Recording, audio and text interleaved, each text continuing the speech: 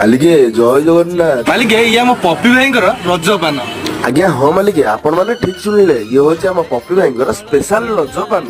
ମାଲିକେ ଯଦି ଆପଣ ମାନେ କାକଟପୁରରେ ଅଛନ୍ତି ଆଉ ଏଠୁ ଯଦି ରଜପାନ ଖାଇନାହାନ୍ତି ତାହେଲେ ଆପଣ ବହୁତ ବଡ ଭୁଲ କରୁଛନ୍ତି। ମାଲିକେ କାକଟପୁରର ଥାନା ସାମ୍ନାରେ ମିଳିଯାଉଛି ପୁରାପୁରି ସ୍ପେଶାଲି ରଜପାନ ଆଉ ତା ସହିତ ଫାୟାର ପାନ ବି ମିଳୁଛି। ମାଲିକେ ଏଇ ରଜପାନର ପ୍ରାଇସ ରହୁଛି ମାତ୍ର 10 ଟଙ୍କା, ଆଉ ଯଦି ଫାୟାର ପାନ ଆଣିବେ ତାର ପ୍ରାଇସ ରହୁଛି ମାତ୍ର 30 ଟଙ୍କା। ମାଲିକେ ଏଥର ରଜପାନଟା ପୁରାପୁରି ମାଲେ ମହୁ।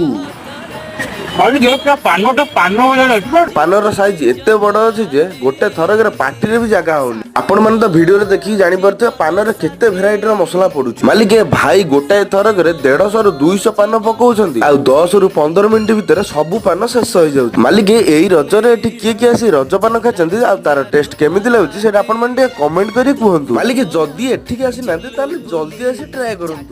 ରଜପାନ ତ କହିଲେ ଜାଗା ହଉନି।